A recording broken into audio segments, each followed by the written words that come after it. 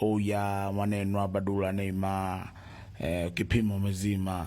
Leo naekea kihistoria kifupi wanangu, sio kipindi natoka zangu Dar es Salaam mpaka Uraya reunion au sio. Kwanza kabla yote nikapitia zangu Buza kwenye Mwenge, nikamsha sana kijiji, nikampigia Tundamani, Madii na Chege. Baada hapo nikampigia Meka Akobe. Sikia shango lilo kuwepo mzee baba.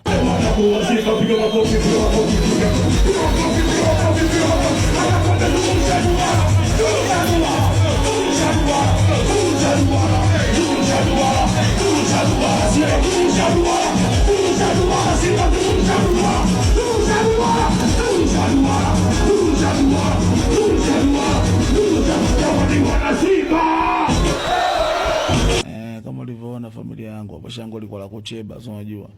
Tukala chuma tumeingia mpaka mjini airport hapo, tushaingia. Tunajikokota tuanze kuingia zetu kucheck au sio. Tunasindikizwa na familia zetu, akina Samia Lavu, ndugu yangu Mo na mzee baba hapo. Taratibu tumeingia mjini hapo, tunajongea.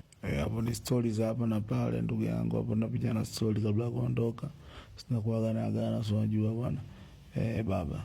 Baada hapo tukapata kiklipu fulani na mkurugenzi wetu. Wanangu, kama tulivyosema, Singeli to the world, Singeli to the world. Yes. Hivi ni mida kama 8+ hivi.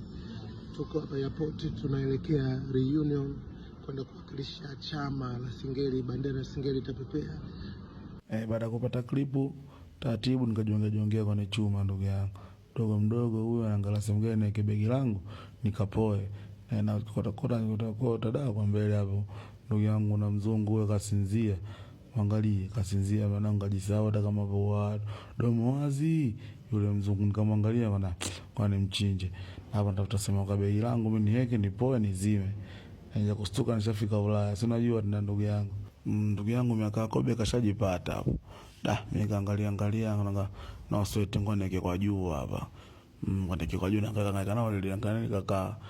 Nikafikiria hivi niliweke hivi kweli ile. Niko na soko ile begi na laptop ndo kila kitu mambo kwa afanyiki. Mbona niweke hivi? Niweke hivi tena. Uongo na sweat ngone niweke hivi nishachoka. Nikala katulie nikalale. Na nasielewi. Mchizi atafaliangalia mijicho yake. Baada kidogo chuma hiyo inangoa baba cheche. Ndio hivyo bwana familia zangu. Ila kesho itaendelea ilipoishia. Au tio.